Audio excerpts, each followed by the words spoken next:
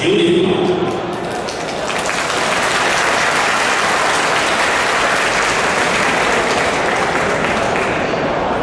咁我會再解釋我每一個動作嘅。咁小練球咧，咁出嚟嚟講咧，係主要咧係一個防守性嘅。咁佢咧其實咧就係將人打到過嚟咧，係令到人咧就冇令對手咧就冇得辦法咧離開佢嘅。咁所以第一節咧都係以一個人為主嘅，就攤手啊、伏手啊、護手啊為主嘅。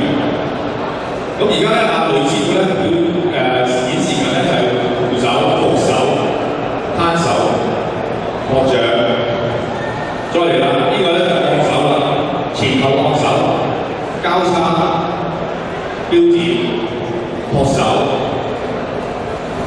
拍手、圈換手、拍手、圈換手。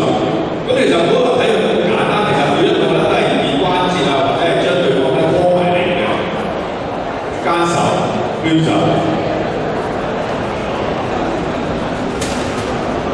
綁手、攤手、綁手、奸手、奸手、拳轉馬出拳。咁基本上就成